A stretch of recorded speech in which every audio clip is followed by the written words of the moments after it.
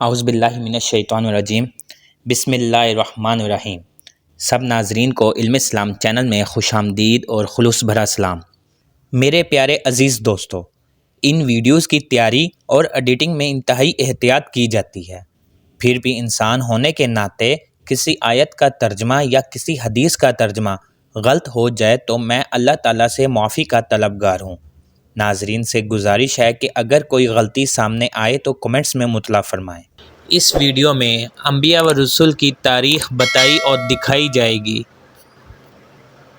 یہ منظرنامہ زمین پر پہلے انسان اور نبی حضرت آدم علیہ السلام سے لے کر حضور نبی اکرم و افضل و آخر الزماں صلی اللہ تعالیٰ علیہ وآلہ وسلم کی ولادت پاک تک کا مختصر زمانی سفر ہے۔ حضرت آدم علیہ السلام پہلے انسان اور نبی اور سب انسانوں کے باپ ہیں، اور ان کی زوجہ محترمہ حضرت حوا علیہ السلام ہیں، جو کہ تمام انسانوں کی ماں اور روح زمین پر پہلی خاتون ہیں۔ حضرت آدم علیہ السلام اور حضرت حوا علیہ السلام کی زمین پر آمد سے متعلق کوئی متفقہ رائے موجود نہیں، لیکن بعض تاریخ دانوں کے مطابق یہ واقعہ 90 صدیوں پہلے کا ہے۔ اسی طرح آپ دونوں کے مقام نزول کا بھی علم نہیں ہے۔ حابیل اور قابیل حضرت آدم علیہ السلام کے بیٹے تھے۔ قابیل نے کسی تنازع پر اپنے بھائی حابیل کو قتل کر دیا۔ اس واقعے کو قرآن پاک میں بھی بیان کیا گیا ہے۔ یہ تاریخ انسانی کا پہلا قتل ہے، اور علماء کرام کے مطابق قیامت تک ہونے والے ہر قتل کے گناہ کا ایک حصہ قابیل کو ملتا رہے گا، جیسا کہ ہر برائی کا ایک حصہ اس شخص کو ملتا ہے جس نے اس برائی کا آغاز کیا ہو۔ حضرت ادریس علیہ السلام۔ حضرت ادریس علیہ السلام کی آمد۔ مورخین کے مطابق حضرت آدم علیہ السلام اور حضرت ادریس علیہ السلام کے درمیان 380 سال کا فاصلہ ہے۔ حضرت ادریس علیہ السلام قلم کا استعمال کرنے والے پہلے انسان تھے، شاید اس لیے ان کا نام ادریس ہے، جس کے معنی ہیں درس دینے والا۔ حضرت نوح علیہ السلام۔ حضرت نوح علیہ السلام پہلے رسول ہیں۔ بعض مورخین کے مطابق آپ علیہ السلام کا زمانہ حضرت آدم علیہ السلام سے 1600 سال بعد کا ہے۔ قرآن کریم کے مطابق اللہ تعالیٰ نے آپ علیہ السلام کو 950 برس کی عمر عطا کی۔ اللہ تعالیٰ نے آپ علیہ السلام کو انسانوں کی اصلاح کے لیے مبعوث فرمایا، لیکن ایک طویل عرصہ دعوت و تبلیغ کے باوجود لوگوں نے آپ علیہ السلام کی تکذیب کی، جس کے نتیجے میں اللہ تعالیٰ نے اس قوم پر پانی کا عذاب بھیجا۔ غالباً یہ پہلا عذاب ہے جو زمین پر اللہ پاک کی طرف سے بھیجا گیا، جس سے اس وقت تک کے سارے انسان مارے گئے، سوائے ان کے جو آپ علیہ السلام پر ایمان لا چکے تھے اور آپ علیہ السلام کے ساتھ اس کشتی میں سوار تھے جو آپ علیہ السلام نے اللہ تعالیٰ کے حکم اور مدد سے تیار کی تھی۔ لیکن یہ چند ہی لوگ تھے۔ اس واقعے کے بعد نسل انسانی حضرت نوح علیہ السلام کے 3 بیٹوں سے آگے چلی، اس لیے آپ علیہ السلام کو آدم ثانی بھی کہا جاتا ہے۔ آپ علیہ السلام کے بیٹوں کا نام سام، حام اور یافس تھے۔ حضرت نوح علیہ السلام کے بیٹوں کی نسل سے جو قومیں وجود میں آئیں وہ بھی بالآخر گناہوں اور بری باتوں میں ملوث ہو گئیں۔ ان میں سے ایک قوم کی طرف اللہ تعالیٰ نے حضرت ہود علیہ السلام کو بھیجا، جس کا ذکر قرآن پاک میں موجود ہے، لیکن پھر بھی وہی ہوا، اس قوم نے سرکشی کی اور آپ علیہ السلام کی مخالفت کی، جس کی وجہ سے ان کو بھی اللہ تعالیٰ کی طرف سے عذاب نے آ لیا۔ حضرت ہود علیہ السلام کے ساتھ جو لوگ بچے، ان سے قوم سمود وجود میں آئی، لیکن رفتہ رفتہ وہ بھی گمراہ ہو گئے، تو اللہ تعالیٰ نے حضرت صالح علیہ السلام کو ان کی طرف نبی بنا کر بھیجا، لیکن اپنے سے پہلوں کی طرح انہوں نے بھی اپنے نبی کا انکار کیا اور مطالبہ کیا کہ اگر آپ اللہ کے نبی ہیں تو کوئی معجزہ دکھائیں۔ آپ علیہ السلام نے اللہ سے دعا کی، جس سے ان کی آنکھوں کے سامنے پہاڑ کی چٹان سے ایک اونٹنی برآمد ہوئی، لیکن انہوں نے اس معجزے کو دیکھ کر ایمان لانے کی بجائے اس واقعے کو جادو کہہ کر رد کر دیا اور اپنی غلطی پر بازد رہے، تو ان کو بھی عذاب نے آ لیا اور نیست و نابود کر دیے گئے۔ اس دور کو قبل از ابراہیم علیہ السلام کہتے ہیں۔ اس دور کی مستند تاریخ موجود نہیں ہے۔ حضرت ابراہیم علیہ السلام۔ حضرت ابراہیم علیہ السلام تقریباً 2200 قبل مسیح عراق میں پیدا ہوئے۔ آپ علیہ السلام کو انبیاء کا باپ کہا جاتا ہے۔ آپ علیہ السلام کی نسل سے ہی بعد کے تمام انبیاء کا ظہور ہوا۔ آپ علیہ السلام کی قوم بت پرست تھی اور ان کے سردار کا نام نمرود تھا۔ وہ آپ علیہ السلام کی توحید کی دعوت و تبلیغ کی وجہ سے آپ علیہ السلام کا سخت مخالف تھا۔ اسی دشمن کے سبب اس نے آپ علیہ السلام کو آگ میں ڈالنے کا حکم دیا۔ جب آپ علیہ السلام کو آگ میں ڈالا گیا تو وہ اللہ کے حکم سے ٹھنڈی ہو گئی اور آپ علیہ السلام کو کوئی نقصان نہیں پہنچا۔ یہ واقعہ قرآن پاک میں موجود ہے۔ آپ علیہ السلام کی 2 بیویاں تھیں، ان میں سے 2 بیٹے پیدا ہوئے اور وہ دونوں نبی تھے۔ حضرت ہاجرہ علیہ السلام سے حضرت اسماعیل علیہ السلام اور حضرت سارہ علیہ السلام سے حضرت اسحاق علیہ السلام۔ اس دور کو بعد از ابراہیم کہتے ہیں۔ اس دور کی کچھ تاریخ موجود ہے اور اسے انگلش میں پوسٹ ابراہیم ایرا بھی کہتے ہیں۔ حضرت لوط علیہ السلام۔ حضرت ابراہیم علیہ السلام کے بھتیجے حضرت لوط علیہ السلام کو اللہ تعالیٰ نے ایک قوم کی طرف بھیجا جو کہ فحش کاموں میں مبتلا تھی۔ آپ علیہ السلام نے بہت چاہا کہ وہ لوگ غلط اور غلیظ کاموں سے باز آ جائیں، لیکن انہوں نے آپ علیہ السلام کی بات نہیں مانی اور وہ بھی ماضی کی قوموں کی طرح اللہ تعالیٰ کے غضب و غضب کا شکار ہو گئے۔ حضرت اسحاق علیہ السلام۔ حضرت اسحاق علیہ السلام اللہ کے نبی تھے، لیکن ان کے متعلق مزید تفاصیل نہیں پائی جاتی، سوائے اس بات کے کہ یہ حضرت یعقوب علیہ السلام کے والد تھے۔ حضرت اسماعیل علیہ السلام۔ حضرت اسماعیل علیہ السلام حضرت ابراہیم علیہ السلام کے بیٹے اور حضرت اسحاق علیہ السلام کے بھائی تھے۔ حضرت ابراہیم علیہ السلام نے اللہ کے حکم سے حضرت اسماعیل علیہ السلام کو مکہ کی سرزمین میں لا کر آباد کیا، مکہ جہاں سب سے پہلے حضرت آدم علیہ السلام نے اللہ کا گھر یعنی کعبہ بنایا تھا۔ اب ہزاروں سال کے بعد اللہ تعالیٰ نے حضرت اسماعیل علیہ السلام کے ذریعے اس گھر کو دوبارہ آباد کروایا۔ حضرت یعقوب علیہ السلام۔ حضرت یعقوب علیہ السلام حضرت اسحاق علیہ السلام کے بیٹے تھے۔ ان کا لقب اسرائیل تھا۔ اسرائیل کے معنی اللہ کا بندہ ہے۔ آپ علیہ السلام کی متعدد بیویاں تھیں جن سے اللہ تعالیٰ نے انہیں 12 بیٹے عطا فرمائے۔ یہی لوگ اور ان کے بعد آنے والی ان کی نسل بنی اسرائیل کہلاتی ہے، یعنی اسرائیل کی اولاد۔ بعد میں یہی لوگ اپنے آپ کو یہود یا یہودی کہنے لگے، کیونکہ ان 12 میں سے سب سے بڑے بھائی کا نام یہودا تھا۔ یہ لوگ اپنی آبائی ملک عراق سے ہجرت کر کے فلسطین آ گئے تھے۔ انہی میں سے عیسائی بنے جو کہ اپنی نسبت حضرت عیسیٰ علیہ السلام سے منسوب کرتے تھے، لیکن انہی لوگوں کو قرآن مجید کی اصطلاح میں اہل کتاب کہا جاتا ہے۔ حضرت یوسف علیہ السلام۔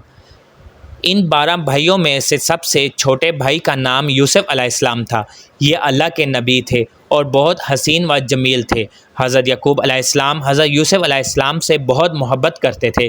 یہ چھوٹے بچے سے فطری لگاؤ تھا، لیکن دوسرے بھائیوں کو یہ بات بری لگنے لگی اور وہ حضرت یوسف علیہ السلام سے حسد کرنے لگے۔ اسی حسد اور بغض و عناد نے انہیں اپنے بھائی یوسف علیہ السلام کے قتل پر آمادہ کر دیا، لیکن قتل پر سارے متفق نہ ہوئے، اس لیے انہوں نے یوسف علیہ السلام کو ایک کنویں میں پھینک دیا۔ اس کنویں کے پاس سے کوئی قافلہ جا رہا تھا۔ انہوں نے پانی کے لیے اپنا ڈول کنویں میں ڈالا تو حضرت یوسف علیہ السلام اس ڈول کی رسی کو پکڑ کر باہر آ گئے۔ قافلہ والے یوسف علیہ السلام کو کسی کا بھاگا ہوا غلام سمجھ کر اپنے ساتھ مصر لے گئے اور وہاں آپ علیہ السلام کو ایک غلام کی حیثیت سے بیچ دیا۔ آپ علیہ السلام کا خریدار حکومت مصر کا ایک اعلیٰ عہدیدار تھا۔ اس نے جلد ہی آپ علیہ السلام کی ذہانت و فطانت کو جانچ لیا اور اپنے محل میں اپنے خادم خاص کی حیثیت سے رکھ لیا۔ آپ علیہ السلام اسی محل میں جوان ہوئے اور اللہ تعالیٰ نے آپ علیہ السلام کو نبوت عطا فرمائی۔ اس عہدیدار کو عزیز مصر کہا جاتا ہے۔ اس کی بیوی زلیخا نے آپ علیہ السلام پر عصمت دری کا جھوٹا الزام لگا کر آپ علیہ السلام کو جیل بھجوا دیا۔ آپ علیہ السلام نے 7 سال جیل میں گزارے، لیکن جیل میں بھی دوسرے قیدیوں کی تعلیم و تربیت کرتے رہے۔ پھر مصر کے بادشاہ کو ایک خواب آیا تو اس کے مشیر نے کہا کہ وہ ایک شخص کو جانتا ہے جو کہ اس خواب کی صحیح تعبیر بتا سکتا ہے۔ آپ علیہ السلام کو جیل سے محل میں لایا گیا۔ آپ علیہ السلام نے بادشاہ کے خواب کی عقلی اور منطقی تعبیر بتا دی۔ جس سے وہ بہت متاثر ہوا۔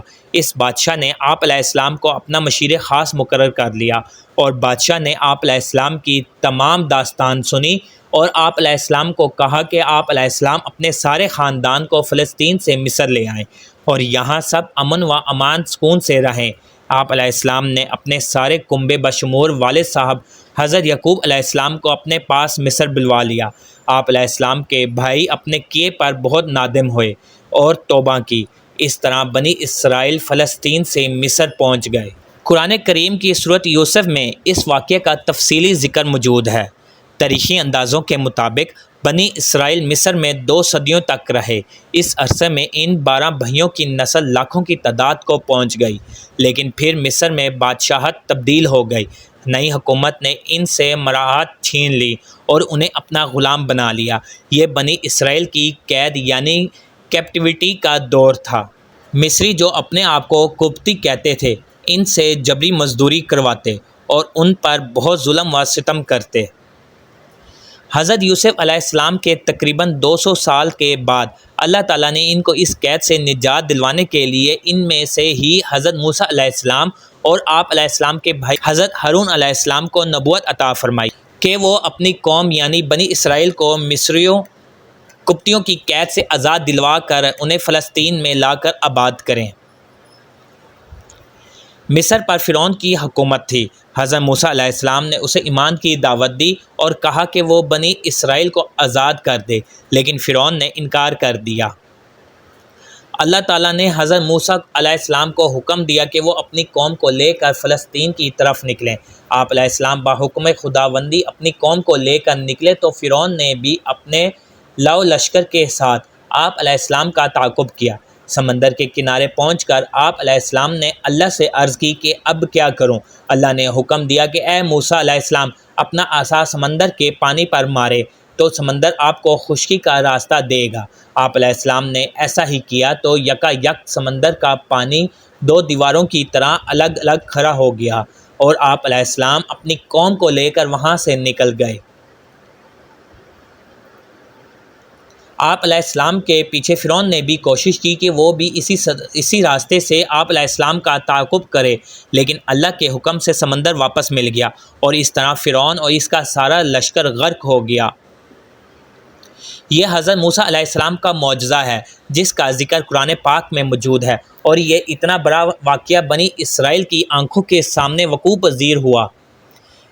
قرینِ قیاس بتاتے ہیں کہ سمندر عبور کرنے کا یہ معجزہ بحر احمر کی مشرقی نہر، جسے اب نہر سویز کہا جاتا ہے، میں پیش آیا ہوگا۔ سمندر کے اس پار صحرائے سینا اور اسی صحرا کے ایک کونے میں کوہ طور ہے۔ آپ علیہ السلام کو رسالت و کتاب سے نوازا۔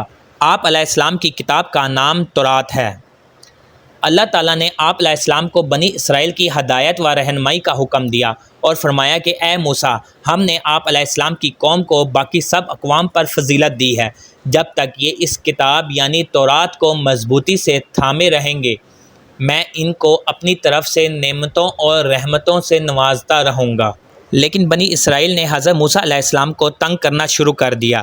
یہ لوگ آپ علیہ السلام کی نافرمانی کرنے لگے اور بے ادبی سے پیش آتے اور تورات کی حکم عدولی کرتے۔ حضرت موسیٰ علیہ السلام ان سے بہت ناراض رہنے لگے، لیکن ان کی تمام شرارتوں کے باوجود اللہ تعالیٰ نے ان کو بہت سے انعامات سے نوازا۔ ان کے لیے آسمان سے من و سلویٰ کی شکل میں طعام یعنی کھانا نازل کیا اور دھوپ سے بچنے کو بادل کا سایہ عطا فرمایا۔ پینے کو پانی کے 12 چشمے عطا فرمائے کہ کسی طور پر یہ لوگ نیکی کی روش پر قائم رہیں، لیکن نعمتوں اور انعامات کی اس فراوانی سے یہ اور زیادہ باغی اور سرکش ہو گئے۔ پھر حضرت موسیٰ علیہ السلام اور حضرت ہارون علیہ السلام کا انتقال ہو گیا، لیکن اللہ تعالیٰ نے بنی اسرائیل کی ہدایت و فلاح کا دروازہ بند نہیں کیا، بلکہ ان کے اندر عظیم المرتبت انبیاء کو مبعوث فرمایا، جیسے کہ حضرت داؤد علیہ السلام اور ان کے بیٹے حضرت سلیمان علیہ السلام۔ ان دونوں حضرات کو اللہ تعالیٰ نے عظیم الشان بادشاہت عطا فرمائی کہ تمام جن، چرند، پرند اور ہوائیں ان کے حکم کے تابع کر دیے گئے۔